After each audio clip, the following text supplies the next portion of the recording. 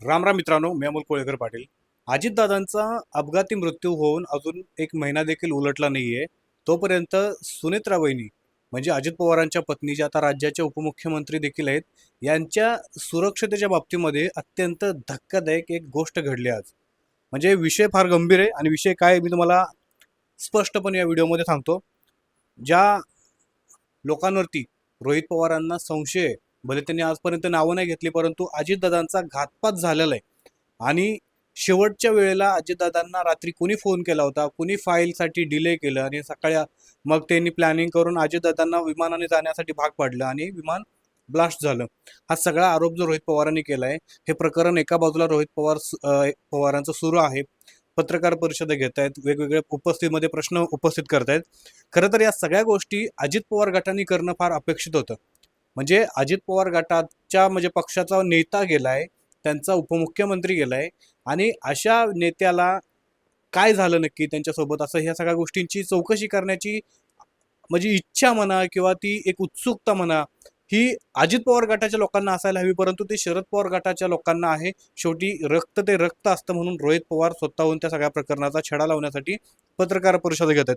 याचबरोबर सुनेत्रा वहिनींसोबत आज काय घडलं, आज त्या रायगडच्या दौऱ्यावरती होत्या आणि रायगडच्या दौऱ्यामध्ये असताना तुम्हाला माहिती आहे, सुनेत्रा वहिनी आता महाराष्ट्राच्या उपमुख्यमंत्री आहेत. अजितदादांच्या जागेवरती आहेत त्या. उपमुख्यमंत्री असेल, मुख्यमंत्री असेल, यांना Z+ दर्जाची सुरक्षा असते. आणि आज सुनेत्रा पवारांच्या पूर्ण ह्याच्यामध्ये सुरक्षेमध्ये हाच मोठा गोंधळ झालेला आहे. सुनील तटकरेंचा मुलगा अनिकेत तटकरे यांनी सुनेत्रा वहिनींची गाडी चालवली. इतकंच नाही, जी गाडी चालवली ती ही वादग्रस्त गाडी आहे.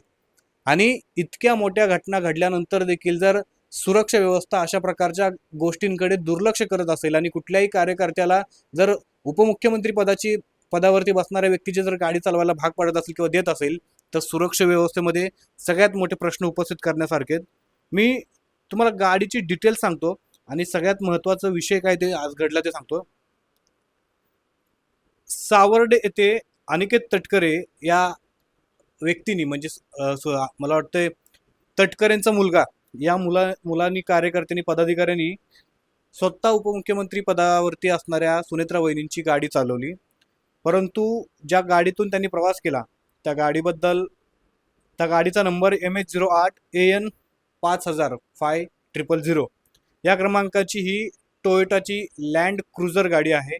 आणि ही गाडी कोणाची माहिती आहे तुम्हाला? सचिन पाकळे याच व्यक्तीच्या नावावरती रजिस्टर्ड आहे गाडी. आणि अजितदादांचा अपघात होण्यापूर्वी एक महिना अगोदर या सचिन पाकळेंच्या कारखान्यावरती टेरर फंडिंगच्या प्रकरणामध्ये ईडीनी धाड टाकली होती. कारण हा सचिन पाकळे व्यक्ती आहे, हा बेकायदेशीर खैर आणि कात उत्पादन करणाऱ्या करणारे कारखाने चालवतो, अशा प्रकारचा याच्यावरती आरोप आहे. आणि याच गोष्टीमधनं टेरर फंडिंग देखील मोठ्या प्रमाणामध्ये होत असल्याच्या संशयावरनं ईडीनं याच्या कारखान्यावरती धाडी टाकल्या होत्या आणि ह्याची सर्व कारखाने हे सील करण्यात आले होते. आता विषय माहिती आहे का मित्रांनो काय आहे? तर ही जी लँड क्रुझर गाडी आहे ती ह्या व्यक्तीची आहे. म्हणजे ज्याच्यावरती टेरर फंडिंगच्या आरोपामुळे ईडीची धाड पडली होती, ईडीनं ते त्यांचे कारखाने बंद केलेले, त्या व्यक्तीची गाडी अजित पवारांच्या मिसेस सुनेत्रा वहिनींच्या ताफ्यामध्ये काय करते? दुसरा मुद्दा, सुरक्षा व्यवस्था इतकी स्ट्रॉंग असताना, कडक असताना, सुनेत्रा पवारांची गाडी दुसराच व्यक्ती म्हणजे अधिकृत जो ड्रायव्हर आहे तो न चालवता दुसरा व्यक्ती कसा काय चालवू शकतो? याचा अर्थ सिक्युरिटीमध्ये खूप मोठा क्लॉज आहे. त्याच्यानंतर तुम्हाला माहिती आहे का, याच गाडीवरती 48,000 रुपयांचा दंड देखील बाकी आहे, जो ओव्हर स्पीडचा वगैरे वगैरे असेल. PUC देखील संपलेली गाडीची. आणि त्याचबरोबर अनिकेत तटकरेंनी हट्ट करून ही स्वतः गाडी आपल्या ताब्यात घेतली चालवण्यासाठी.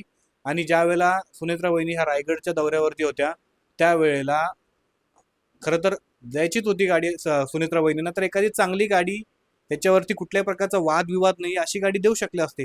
परंतु माहीत नाही कुठल्या कारणामुळे विवादित व्यक्तीची गाडी सुनेत्रा वहिनींच्या त्या दौऱ्यामध्ये आणणं आणि त्याच्यावरनं काय, आता तुम्ही कनेक्शन तुम्हाला जोडता येतील ते जोडा. त्याच्यामध्ये तुम्हाला एक गोष्ट सांगतो, अजून अजित पवारांचा अपघाती मृत्यू झालाय ह्याच्यावरती लोक विश्वास ठेवायला तयार नाही आहेत. अजून एक महिना देखील उलटून गेला नाही.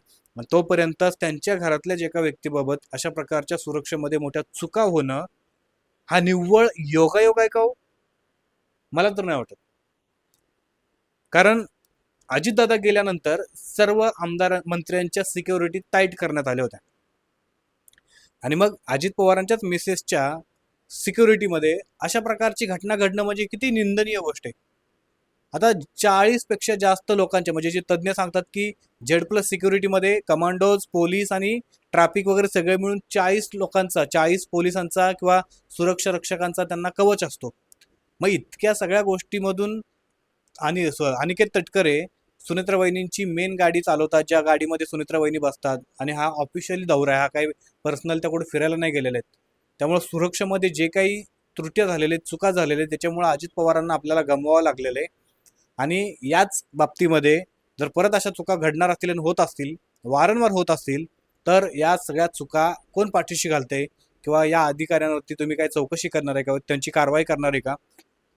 मुख्यमंत्र्यांना माझी एक विनंती आहे, अशा प्रकारच्या कुठल्याही नेत्याच्या सुरक्षेबाबत जर अशा प्रकारच्या घटना आपल्या खात्याच्या अंतर्गत होत असतील तर ही महाराष्ट्र हा सगळ्या गोष्ट बघतोय आणि हा निव्वळ योगायोग तर अजिबात नाही.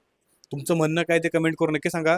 सुनेत्रा वहिनींच्या दौऱ्यामध्ये इतक्या मोठ्या प्रमाणामध्ये हा अडचण येणं म्हणा किंवा अशा प्रकारचा एखादा घटना घडणं किती मोठी गोष्ट आहे. महाराष्ट्रातून त्या अजित पवारांच्या धक्क्यातनं सावरला देखील नाही. तुम्हाला काय वाटतं? तुमचं म्हणणं काय ते कमेंट करून नक्की सांगा. चॅनल आपलं सबस्क्राईब नसेल तर नक्की करा. जय शिवराय, जय शंभूराजे, जय मल्हार.